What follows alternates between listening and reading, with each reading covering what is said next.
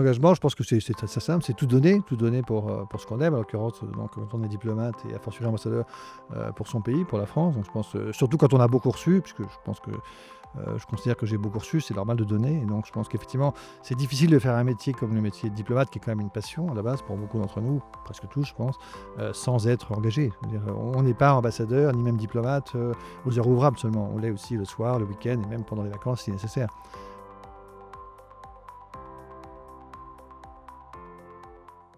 Bonjour monsieur l'ambassadeur, Bonjour. je vous remercie d'avoir accepté mon invitation. Je suis ravi de venir tourner ce podcast à la résidence de France au Chili, à Santiago.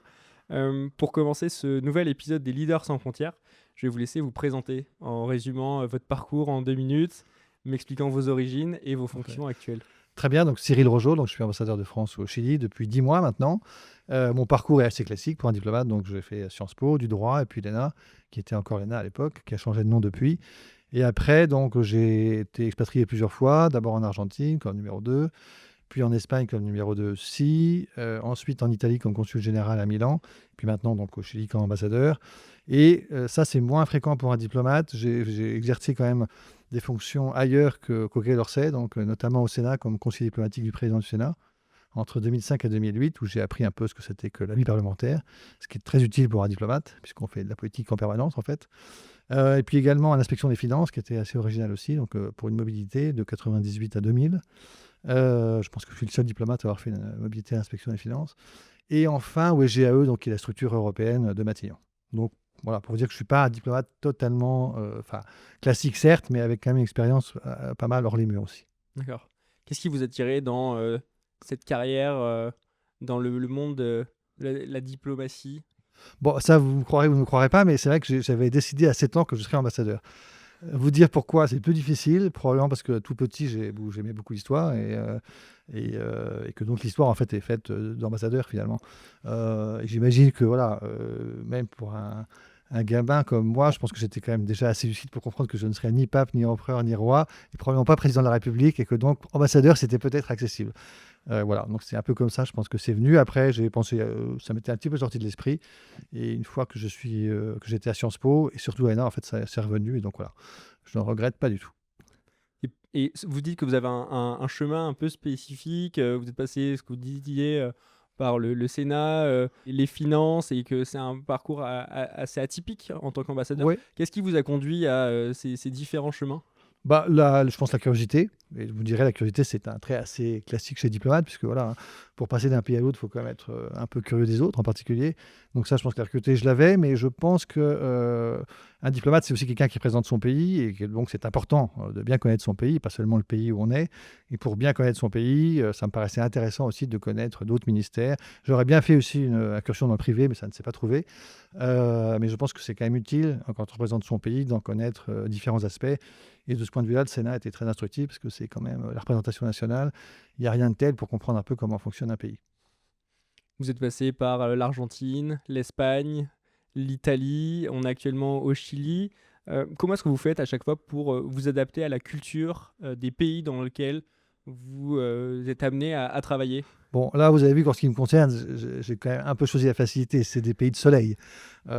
J'ai passé juste 2 mois d'intérim en Islande. Ça a été quand même difficile, hein. Je ne suis pas sûr que j'y aurais passé si volontiers 3 ou 4 ans.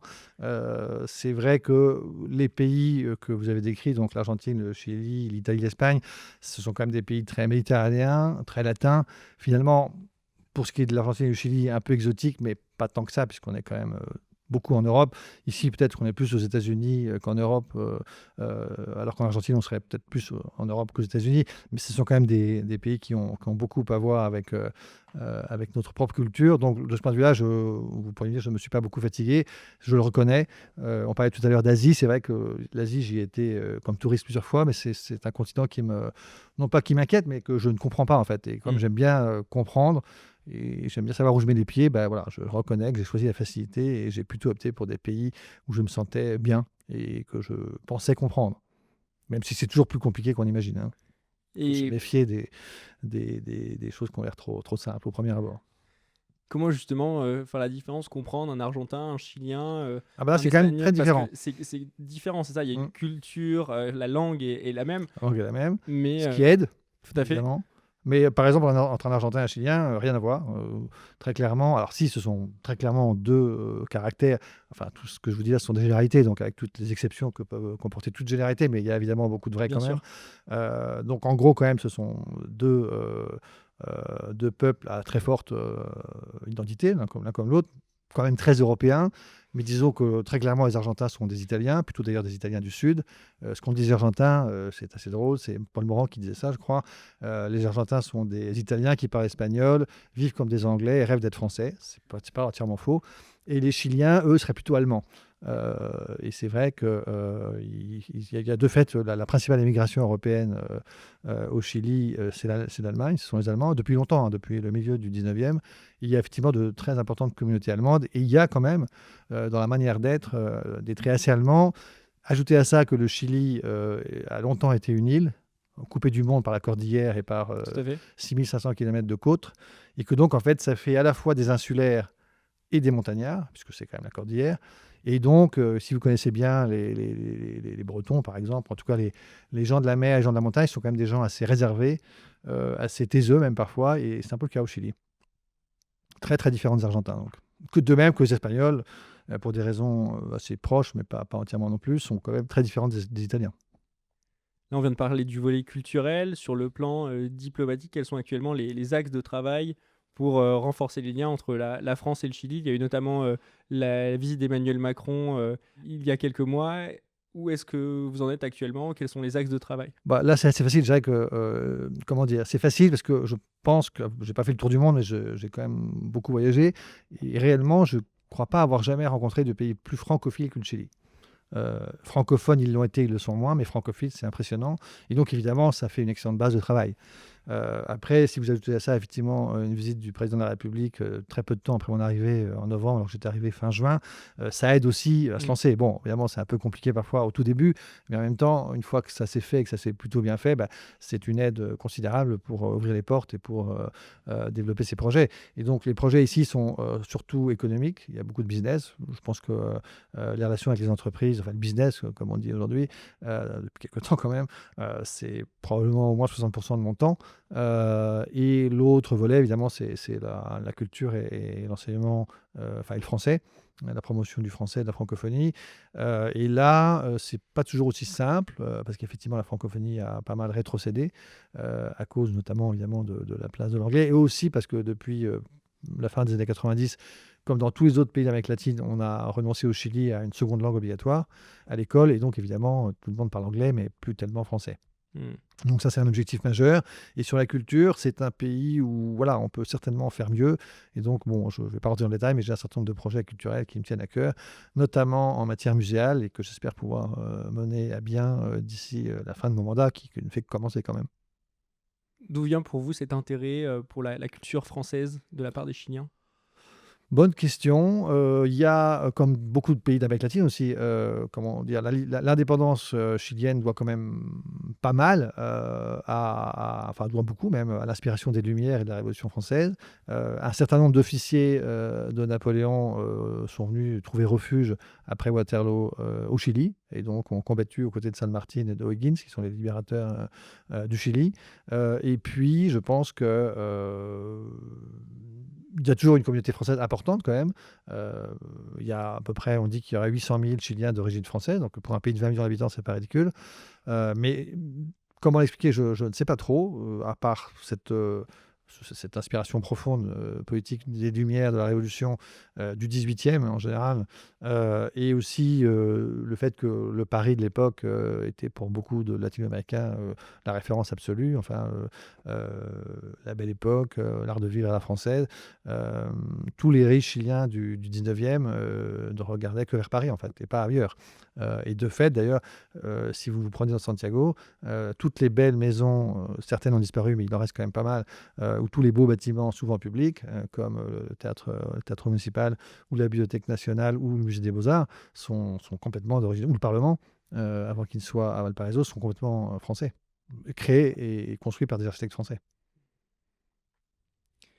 Je mène actuellement un tour du monde et je réalise une étude sur l'engagement au travail. Au-delà de l'engagement au travail, on va parler d'engagement. Qu'est-ce que l'engagement pour vous? Bon, l'engagement, je pense que c'est très simple, c'est tout donner pour ce qu'on aime, en l'occurrence, donc, quand on est diplomate et a fortiori ambassadeur pour son pays, pour la France. Donc je pense, surtout quand on a beaucoup reçu, puisque je pense que je considère que j'ai beaucoup reçu, c'est normal de donner. Et donc je pense qu'effectivement, c'est difficile de faire un métier comme le métier de diplomate, qui est quand même une passion à la base pour beaucoup d'entre nous, presque tous, je pense, sans être engagé. C'est-à-dire, on n'est pas ambassadeur, ni même diplomate aux heures ouvrables seulement. On l'est aussi le soir, le week-end et même pendant les vacances si nécessaire. C'est un combat, enfin un combat, c'est pas un combat, j'aime pas le terme, au contraire, on est plutôt pacifique, nous. C'est un travail de tous les instants, en fait. Comment est-ce que vous faites pour engager autour de vous, créer un élan, un esprit de groupe Bah, je pense que l'enthousiasme, justement, qu'on a pour son propre métier, le plaisir qu'on a à l'exercer, sont, j'espère, communicatifs. Je compte un peu là-dessus toujours. J'ai l'impression que il arrive que ça marche. Après, tout simplement, j'associe les gens. Je pense qu'effectivement, une des choses qu'on m'a toujours appris, c'est qu'on était plus intelligent à plusieurs.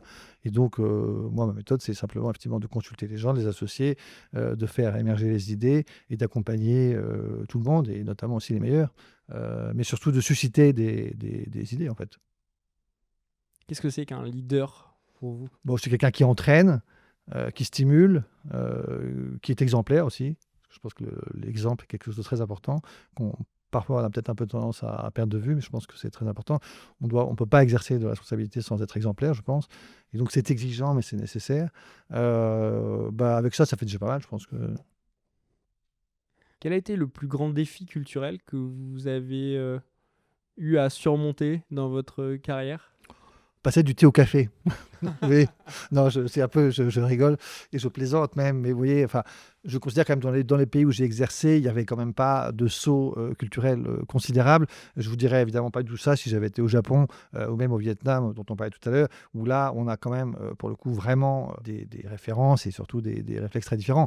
Ou même, pour parler du Maghreb, où j'ai pas mal travaillé, sans y vivre, mais en tout cas en y allant souvent, et a fortiori encore en Afrique francophone et en Afrique noire, c'est vrai que le temps n'est pas toujours le même. Mmh. Et ça demande quand même un certain temps d'adaptation. Il faut prendre davantage son temps. Je pense que parfois, d'ailleurs, c'est une forme de sagesse dont on pourrait peut-être de temps en temps s'inspirer. Mais c'est une autre affaire. Surtout dans un monde où on va de plus en plus Voilà, vite trop vite, avec je les pense. réseaux sociaux, avec l'instantanéité et C'est les tout à fait émotions ça. du moment. Je pense que certains de ces pays sont à l'abri de ça et je pense que c'est une force. Quel est le meilleur conseil qu'on vous ait donné dans votre carrière? Alors, on en avait plusieurs, mais il y en a un que j'ai beaucoup aimé, que m'avait donné Claude Bébéa, qui n'est pas n'importe qui. À l'époque où on était dans un même groupe de travail sur l'Algérie, il m'a dit: «Ne dites jamais le mal des autres». Et je pense qu'effectivement, c'est un excellent conseil. On perd son temps à le faire, ça n'apporte pas grand-chose et c'est pas dans ma nature de toute façon. Et un autre conseil, on en a parlé tout à l'heure, c'est effectivement, on est plus intelligent à plusieurs. Est-ce que vous avez une maxime ou une citation qui vous accompagne, qui vous guide dans votre Ah, travail? alors, je pense qu'à votre âge, ça vous dira peut-être pas grand-chose, mais j'ai toujours entendu, ma chère mère, quand j'étais jeune et même adolescent, nous dire, à mes frères et sœurs et moi: «Faut être cocher».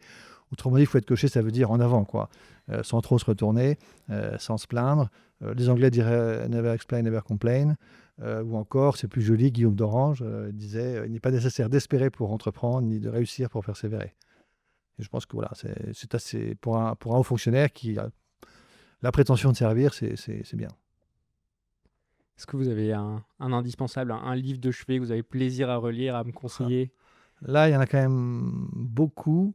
Heu, bonne question, si, le livre d'un diplomate que j'ai beaucoup aimé, qui est assez connu, La promesse de l'aube de Romain Gary. C'est une très belle histoire, à tout point de vue, une belle leçon de vie aussi. De courage et d'enthousiasme et d'énergie et d'espoir. Est-ce que vous avez un conseil pour une personne qui souhaite justement se lancer dans une carrière diplomatique? Allez-y, ne vous posez pas trop de questions, faites-vous confiance, faites confiance aux autres et allez-y. Merci beaucoup, monsieur l'ambassadeur. C'est un plaisir d'échanger avec vous. Je vous en prie, merci beaucoup d'être venu jusqu'à nous.